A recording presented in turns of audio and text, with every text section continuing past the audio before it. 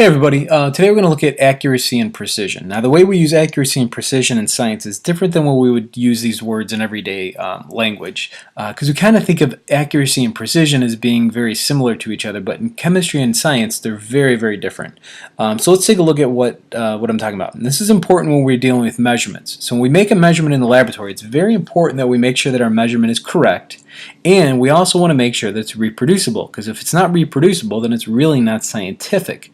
The whole point of science is that we're able to keep getting the same results over and over and over again and make some predictions about that end result. So accuracy is going to be looking at the correct part, and precision looks at the reproducibility. Okay, so accuracy is a measure of how close a measurement comes to an actual value. Okay, so the actual value is what it's supposed to be. Okay, essentially what's expected or accepted by the scientific community.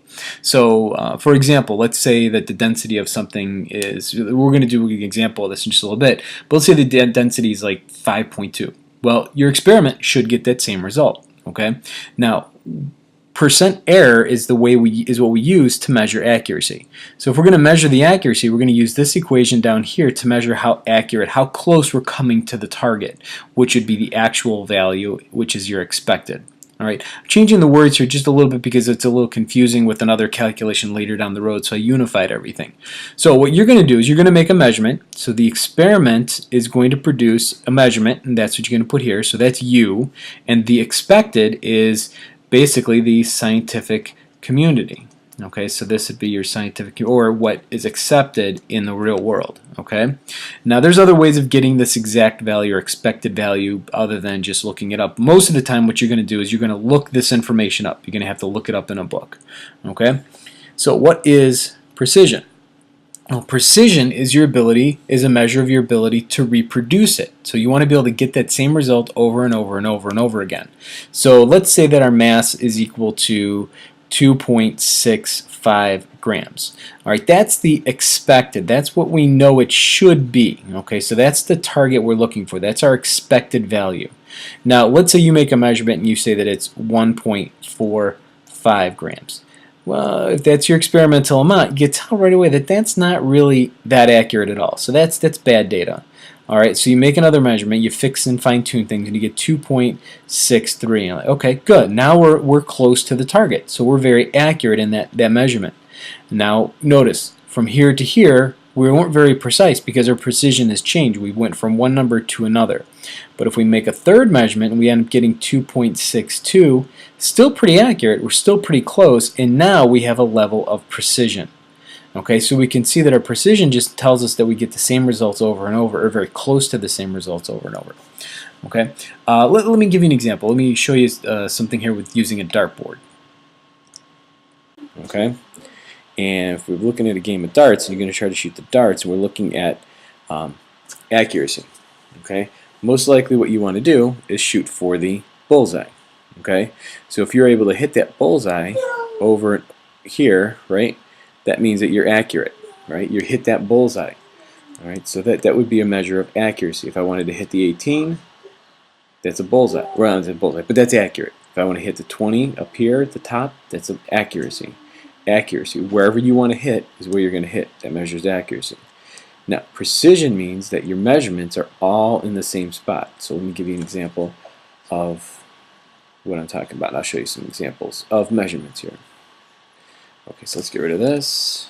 Let's go ahead and add in our measurements. So let's say that we're trying to get the bullseye, okay? And you get a measurement here. Let's change the color so you can see a little bit better. Okay, so you're trying to get a measurement here. You get another one here. You get another one here. You get another one here, and another one here.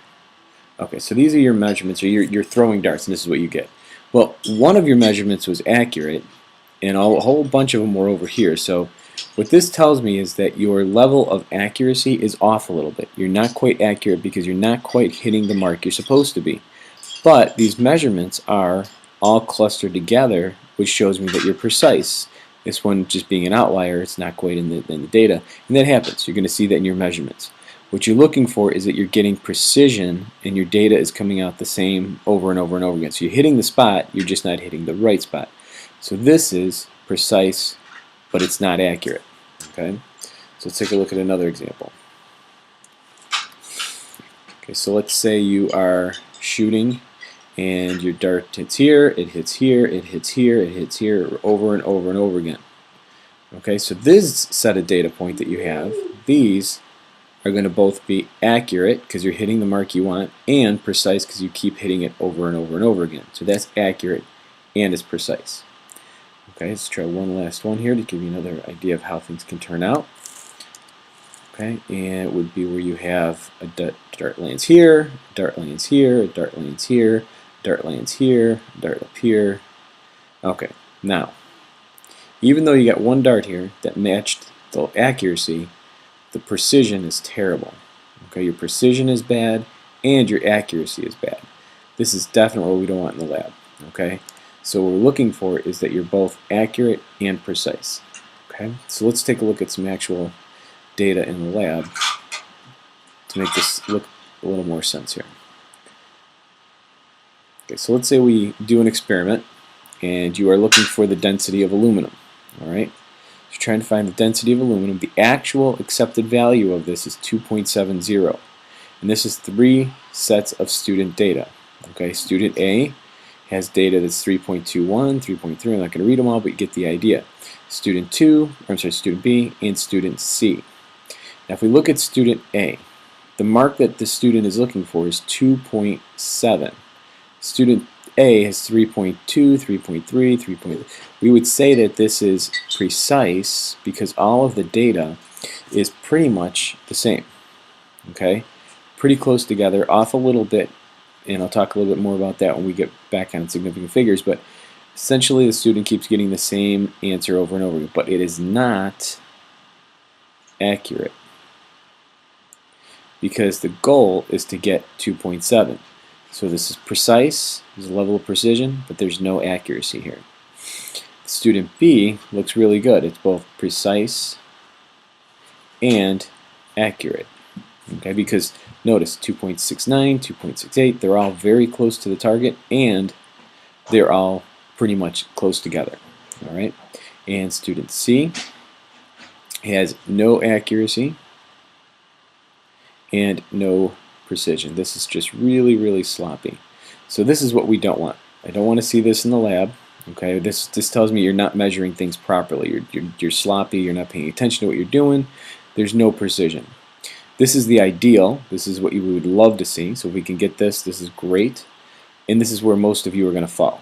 Okay, it just happens. You sometimes aren't used to the tools, or you keep making the same mistake again and again. If I see this, student C, you do the lab again. Student A, okay, acceptable. We'll talk about why you're not accurate. Maybe you made a mistake in the calculations. And student B would be exactly what you're shooting for. Okay? I think that's pretty much it. So I'm going to actually do in another video lesson, I'll show you how to do some calculations with this. Like, what do we do with this data? How do we crunch this, and how do we get use that equation for accuracy, which would be that % error calculation. So if you need to watch that, go ahead. Thanks a lot, guys.